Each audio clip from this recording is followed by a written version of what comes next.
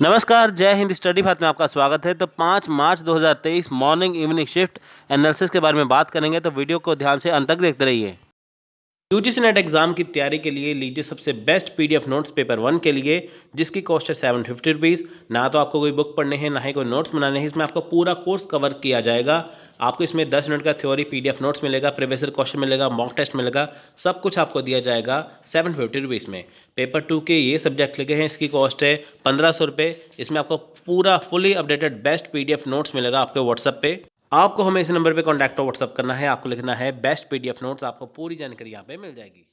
ऐसा क्वेश्चन आया था कि फर्स्ट ओपन यूनिवर्सिटी एस्टैब्लिश कब हुई थी इंडिया में? भारत में प्रथम मुक्त विश्वविद्यालय किस वर्ष स्थापित हुआ था? ठीक है, वो है आंसर ए है 1982 में, यानी कि doctor Bhimrao Ambedkar open university. ठीक है, Hyderabad is the first open university in India.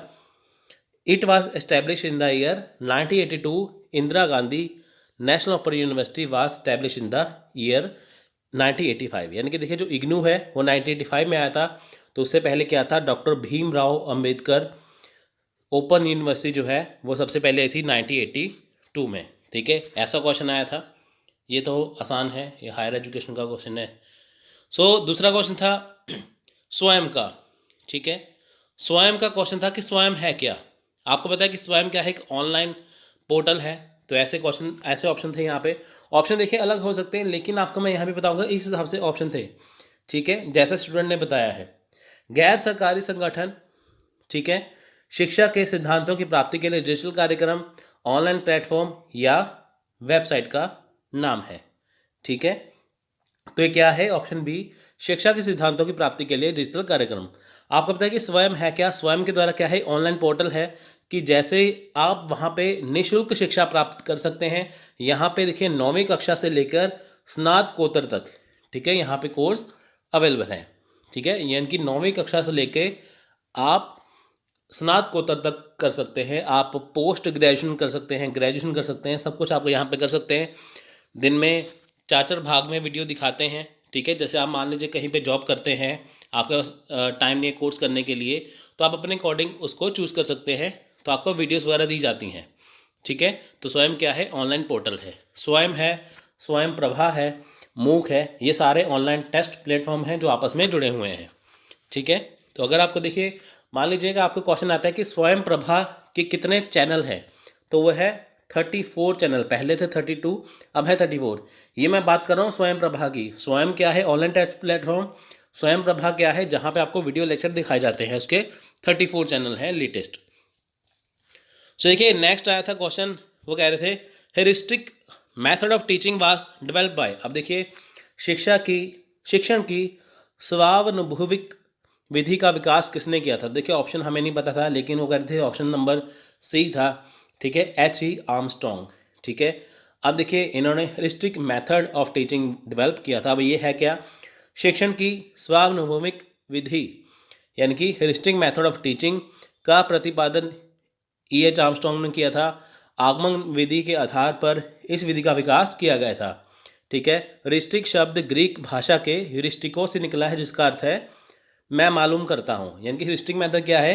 कि मैं मालूम करता हूँ। यहाँ पे, ठीक है, आपको ये जानना है। तो देखिए, अगर किसी जो राइटर है, ठीक है, जो कोई वैज्ञानिक है या कोई फिलोसफर है या कोई भी है, जिसने अगर कोई भी यहाँ पे मेथड दिया है टीचिंग का, ठीक है, आपको वहाँ पे करना है। जैसे ब्लूम टैक्सोनॉमी है, आपको वो करनी है ना? ऐसे करके मैं एग्जांपल दे रहा हूँ, आपको वो याद करना है कि कौन सा जो मेथड किसने दिया है। नेक्स्ट देखिए, consider of the following letter series. देखिए अब ऐसे ही लेटर सीरीज यहाँ पे थी। ठीक है, ऐसे लेटर सीरीज आपको यहाँ पे दिखाई दी थी कि NEXT। ठीक है, what is the next of ACF EGI IKN। ठीक है, ऐसे OQT। अब इसके आगे क्या है आपको यहाँ से ढूंढना था। अब इसका जो राइट आंसर था वो है CUWZ।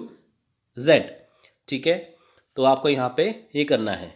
ठीक है, आप यहाँ पे आसानी से देख सकते हैं। अगर मैं बात करूँ ACF की, यहाँ पे लिखा है ACF।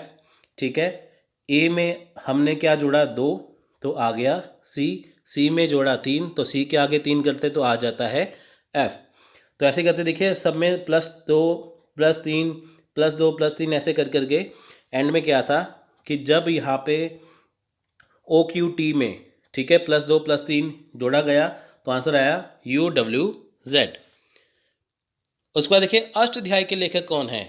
अष्टाध्यायी के लेखक कौन है, ये यूनिट नंबर 6 से क्वेश्चन है, ठीक है, लॉजिकल रीजनिंग से।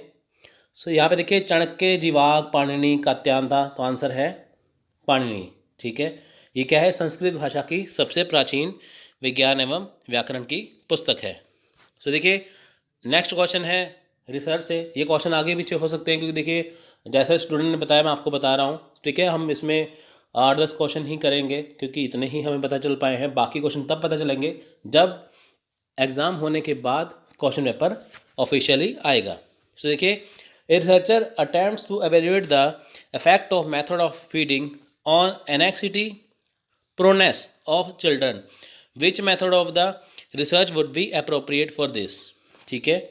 यानी कि देखिए एक शोधकर्ता बच्चों की चिंता अनुमुखता पर पोषण विधि के प्रभाव का आंकलन करने का प्रयास करता है। कौन सी विधि शोध के लिए उपयुक्त होती है, तो इसकी है एक्स पोस्ट फैक्टो मेथड, कार्योत्तर पत्ती, ठीक है। उसके पे डी आंसर था तो मैं आपको यहाँ पे बता रहा हूँ, तो एक्स पोस्ट फैक्टो था, ठीक है।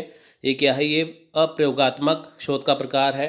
इसे है कि शोध से होता है जिसमें अनुसंधानकर्ता किसी प्रभाव के आधार पर उसके संभावित कारणों का पता लगाने की कोशिश करता है, ठीक है। संभावित कारण की यानी कि जो कार्य हुआ था वो क्यों हुआ, कैसे हुआ।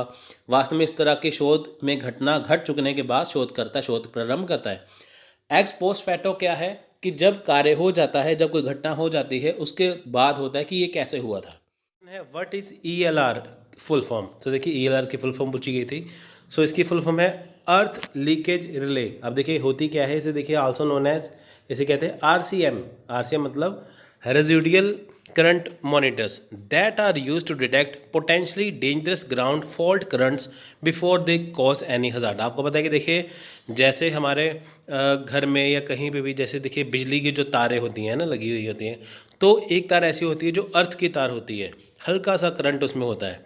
तो देखिए क्यों होता है ये अर्थ लीकेज रिले क्यों लगाया जाता है, कि ताकि ये जान सके कि कोई डेंजरस अगर होता है ना, कि जैसे कोई डेंजरस कि कोई काम तो नहीं होने वाला, या कोई खतरनाक कोई हज़ार्ड तो नहीं आने वाला है ना, कोई खतरनाक आपदा तो नहीं आने वाली, तो उसे डिटेक्ट कर लेता है अपने आप कि कहाँ पे होता है ना। कई बार कि करंट मान लीजिए कोई वायर लूज़ हो जाए, कुछ हो जाए, तो उसमें से क्या है कि करंट आने लगता है ना।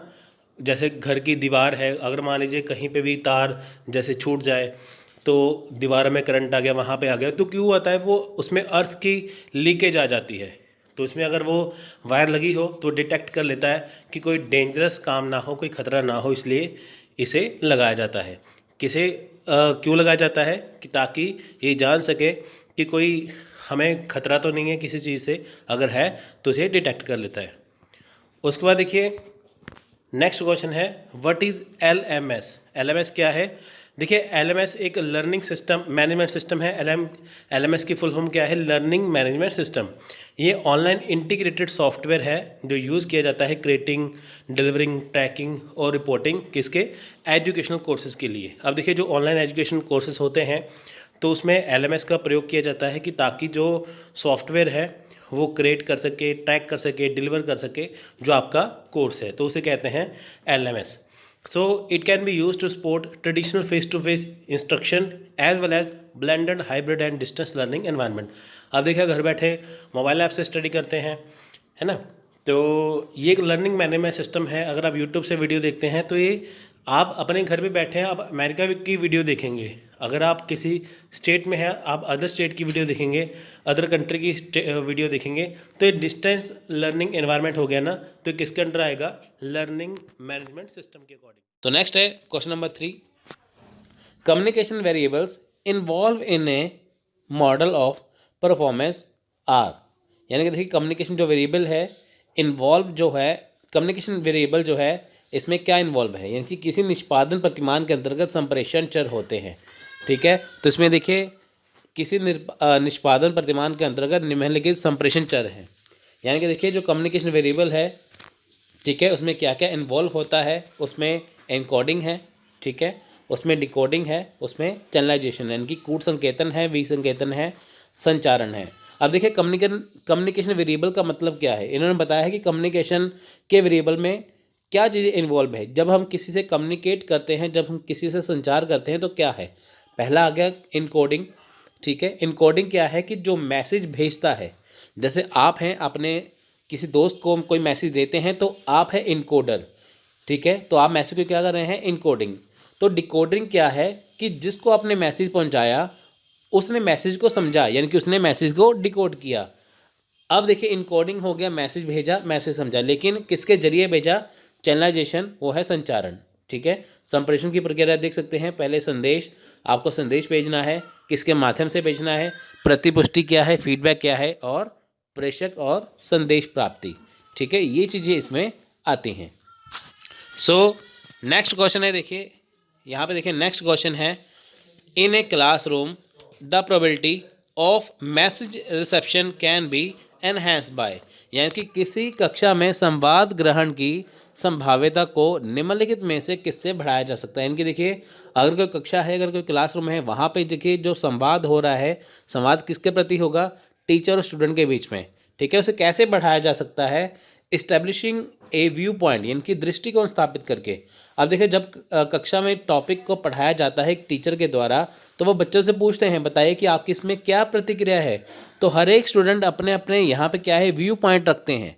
ठीक है, मान लीजिए टीचर कहते हैं कि महंगाई के ऊपर आप बोलिए, कुछ कहेंगे महंगाई अच्छी है, कोई कहेंगे बुरी है ना, सबके अलग अलग व्यू पॉइंट हो गए। तो उससे क्या है, एक व्यू पॉइंट से क्या है, एक जो संवाद वो लंबा हो जाएगा, है ना, वो चीज़ें। सो देखिए नेक्स्ट क्वेश्चन है, ये आया था, the next term in the letter series DEFHIJLMNPQRTUV is. ये देखिए बहुत सिंपल सा है, तो ये इसके ऑप्शन थे, तो इसका right answer option number C XYZ। अब देखिए यहाँ पे है क्या, अब इसे पढ़िए, अंग्रेजी वर्णमाला की दी गई श्रृंखला में सीधे क्रम में प्रत्येक 3 वर्ण के बाद एक वर्ण को छोड़कर क्रमगत रूप से श्रृंखला उत्तरोत्तर आगे बढ़ रही है। ठीक है, यानी कि देखिए यहाँ पे क्या है, फॉर एग्जांपल डी, ठीक है, यहाँ पे ना DEF के बाद HIJ है। अब देखिए जो F है एंड में, ठीक है, F के बाद आता है G, फिर आता है H, यहाँ पे G को हटाया गया, सीधे आ गया H। ठीक है, उसके बाद देखिए नेक्स्ट जो टर्म है उसमें क्या है, J के बाद L है, यानी कि J के बाद L है, तो J के बाद K आता है, उसे हटा दिया गया। ठीक है, तो ऐसे ही देखिए लास्ट में TUV के लास्ट में क्या है, TUV है। ठीक है, V के बाद क्या आएगा, ठीक है, UV, X आएगा। ठीक है, X को काट दे, X के बाद क्या आता है, Y। ठीक है, तो Y से यहाँ से क्या स्टार्ट होता है, Y से यहाँ से, सॉरी, यहाँ पे देखिए V के बाद क्या आता है, देखिए यहाँ पे 2UV है ना, तो V के बाद आता है W। ठीक है, फिर आता है X। ठीक है, हमने काटा W को, ठीक है, होता है ना UVWXYZ, तो W को काटा तो बचा X, X से क्या स्टार्ट है, X से C स्टार्ट है। ठीक है, तो XYZ आपका आंसर आ गया। ठीक है, तो ये थी letter series, sorry number series है ये तो। ठीक है, so which of the following implies the correct sequence in the action research paradigm. अब देखिए जो रिसर्च का क्वेश्चन है, एक्शन रिसर्च जो पैराडिम है, निम्नलिखित में से कौन क्रियात्मक शोध प्रतिमान का सही अनुक्रम दर्शाता है। अब देखिए यहाँ पे सही अनुक्रम था, तो इसका राइट आंसर है plan, act, observe and reflect. इनकी योजना बनाओ, करो, देखो और सोचो। पहले क्या है, प्लान बनाना, फिर है एक्ट करना, फिर है ऑब्जर्व करना, फिर है सोचना। ठीक है, ये एक्शन सर्च का काम है, आप इसे याद रखिए। ठीक है, सो देखिए नेक्स्ट क्वेश्चन है यहाँ पे, in which of the following methods of research the independent variable has to be selected rather than manipulated. यानी कि निम्नलिखित में से किस अनुसंधान पद्धति में स्वतंत्र चर के हेर फेर की जगह चुनाव किया जाता है। यानी कि देखिए जो रिसर्च मेथड है उसमें इंडिपेंडेंट जो वेरिएबल है उसको सिलेक्ट किया जाता है। ठीक है, तो उसका राइट आंसर है एक्स पोस्ट फैक्टो मेथड, यानी कि कार्योत्तर पद्धति। ठीक है, अब देखिए जो रिसर्च मेथड है उसमें जो इंडिपेंडेंट वेरिएबल है उसे सिलेक्ट किया जाता है कि ताकि उसे आसानी से मैनिपुलेट किया जा सके, हेर फेर किया जा सके। ठीक है, तो देखिए एक्स पोस्ट फैक्टो क्या है कि जब कोई काम हो जाता है या जब कोई शोध हो जाती है या जब कोई घटनाएं हो जाती हैं, घटना होने के बाद उसका पता लगाया जाता है कि ये घटना कैसे हुई, तो उसे बोलते हैं एक्स पोस्ट फैक्टो। पोस्ट का मतलब बाद में, ठीक है, यानी कि घटना होने के बाद उसकी जानकारी इकट्ठा करना वो है x post facto. So next question है, देखिए ये क्वेश्चन आया था, what is the main M of, देखिए ये मॉर्निंग शिफ्ट में क्वेश्चन है, ये इवनिंग में भी है, ठीक है। तो आप ऐसे देखिए, what is the main M of NEP 2020, यानी कि नेशनल एजुकेशन पॉलिसी 2020 जो है उसका मेन एम क्या है, उसका मेन एम है India a global knowledge super power, ठीक है, नॉलेजेबल सुपर पावर है, ठीक है, यानी कि इंडिया को सुपर पावर बनना है किसमें, नॉलेज में। सो नेक्स्ट है देखिए, इन स्कूल एजुकेशन GER इनकी gross enrolment ratio in by 2030। अब देखिए जो स्कूल की जो है स्कूल एजुकेशन जो GR है, ग्रॉस एनरोलमेंट रेशो है, वो 2030 तक कितनी होनी चाहिए, वो चाहिए 100%। तो ये इसका राइट आंसर था।